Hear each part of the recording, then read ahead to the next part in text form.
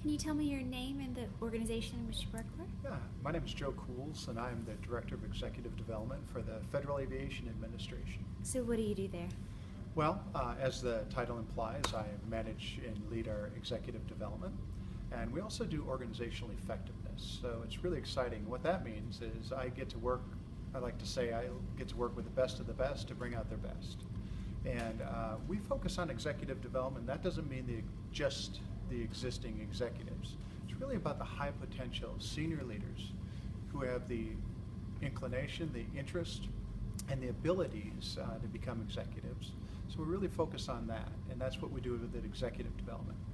For organizational effectiveness, we really look to teams and go and work with them and help them identify some areas that we can target and come up with customized solutions so that we can bring them to the next level as a team. Sounds great.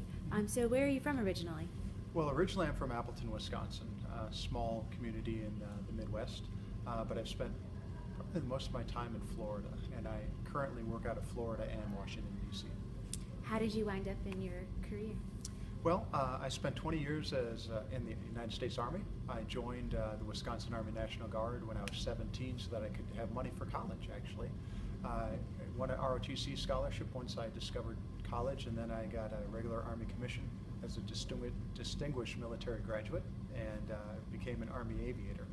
In that capacity, I stayed for 20 years, and I finished my career at the University of South Florida as the Director of Leadership Studies, their ROTC program, where I got my doctorate in leadership studies as well. So it was a really nice transition, and then I was able to transition into the passion of my life, which was aviation with the Federal Aviation Administration, combining my love for flying with my love for leadership. Awesome. How do you define a leader?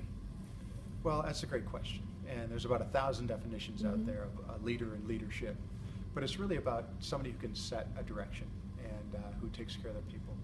And it's not a title, it's not a position, it's an attitude. And it's about giving back to others and bringing them to the next level and sharing success. That's what I think a leader is. Do you think a leader is naturally born, or can they work to become a leader later in their life?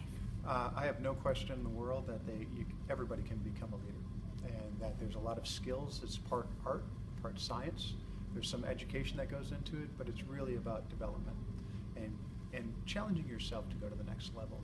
And I learned a lot of that as an Army enlisted man at first, and then an officer. A lot of challenges that I faced there that really grew and developed me personally. And I'm convinced that everybody who so desires can become a leader.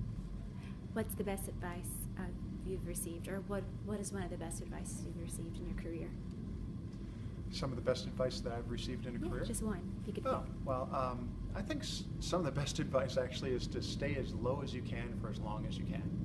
And what I mean by that is stay in touch with the people who are doing the work, the folks in the tactical and doing the transactional work, so you really become an expert at the field of study that you're in. And I think if you do that and you can support those people and give them the tools to succeed, that you're going to be a very successful leader as you rise up the chain.